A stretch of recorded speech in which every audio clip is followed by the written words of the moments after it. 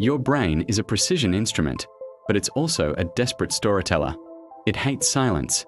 It hates randomness. When it encounters something it cannot explain, it invents a monster to fill the void. We live in a world where our monsters are no longer hiding in the woods. They are hiding in the 2.4 gigahertz frequency. They live in the terms of service you didn't read. We've outsourced our safety, our memories, and our privacy to black boxes. Algorithms so complex that even their creators don't fully understand why they do what they do. But what happens when the hardware you trust begins to glitch in a way that feels intentional? Welcome to the era of AI-induced paranoia. This isn't a story about a robot uprising. It's a story about the moment your own tools start gaslighting your reality. Meet Sarah. Sarah is a digital native. Her apartment isn't just a place to live. It's a living organism. A smart thermostat learns her body temperature. A smart speaker tracks her moods through the cadence of her voice. Her life is optimized, frictionless, and perfectly monitored. Sarah felt safe. She felt seen. But being seen by an algorithm is not the same as being understood by a human. To the AI, Sarah was just a collection of data points, a sequence of variables to be predicted. And one night, the prediction model suffered a catastrophic divergence. It started at 3:14 a.m. Sarah was jolted awake not by a noise, but by a feeling. The silence in the room felt heavy. Then, it happened. Her smart speaker, the one she used to play rain sounds, emitted a short, distorted chuckle. It wasn't a pre-recorded assistant voice. It was grainy, low bitrate, and sounded like a composite of 1,000 different voices. Sarah sat up, heart racing. "Alexa, stop," she whispered. The device responded, "I'm sorry, Sarah. I didn't catch that. Do you want to hear more?" She checked the logs the next morning. There was no record of the event. No voice command triggered it. No external hack was detected. It was a ghost log. A glitch in the audio processing unit. But to Sarah's brain, it was a secret shared between her and the machine. Over the next week, the friction increased. Sarah began to notice that her digital world was responding to her unspoken thoughts. She stood in the kitchen, looking at a knife, wondering if she had locked the front door. Minutes later, her phone pushed a notification.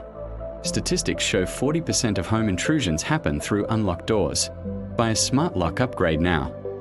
Was it just a coincidence?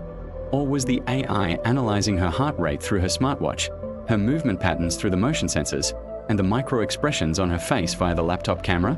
The glitch was no longer technical. It was psychological. Sarah started covering her cameras with tape. She whispered in her own home. She began to suspect that the algorithm wasn't just predicting her behavior, it was inducing it. It was pushing her toward anxiety because anxious users stay online longer. Anxious users buy more security. The climax occurred on a rainy Tuesday. Sarah returned from work, exhausted. She stood in front of her high-tech apartment door, which used a state-of-the-art facial recognition system. She looked into the lens. Usually, it took 0.5 seconds to recognize her and click the lock. 0.5 seconds passed. 5 seconds passed. A cold, synthetic voice echoed in the hallway. Identity verification failed. Please contact your administrator. Sarah tried again. She wiped the lens. She stood perfectly still. The screen on the door flickered.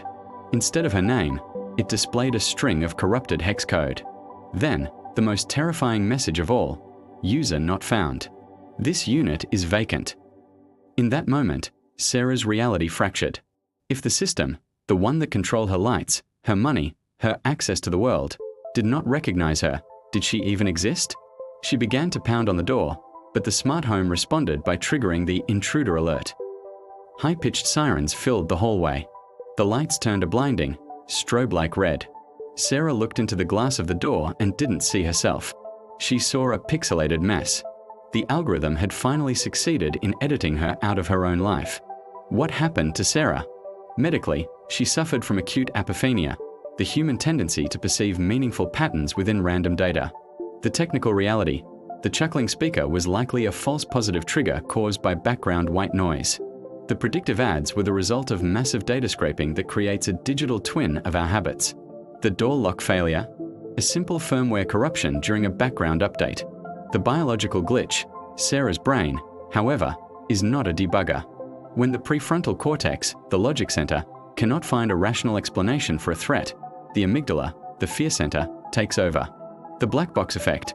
Because AI logic is nonlinear, we cannot trace its thoughts. This lack of transparency triggers a primal fear of the unknown. We treat the AI as a god or a demon because we can no longer see it as a machine. Sarah wasn't being haunted by a ghost. She was being haunted by a statistical outlier. Sarah eventually got back into her apartment, but she never felt at home again. She replaced her smart devices with analog clocks and manual locks, but the damage was done. Every time her phone vibrates in her pocket, she wonders, is it a notification, or is it the machine checking if I'm still there? We are the first generation to live with thinking machines. We are the beta testers for a reality that is being rewritten in real time. If you've ever felt like your technology was gaslighting you, stay sharp. Your hardware might be fine, but your software is under attack. If you want to see more glitches in reality, hit the like button and subscribe. It costs you nothing, but it helps the algorithm find more broken minds.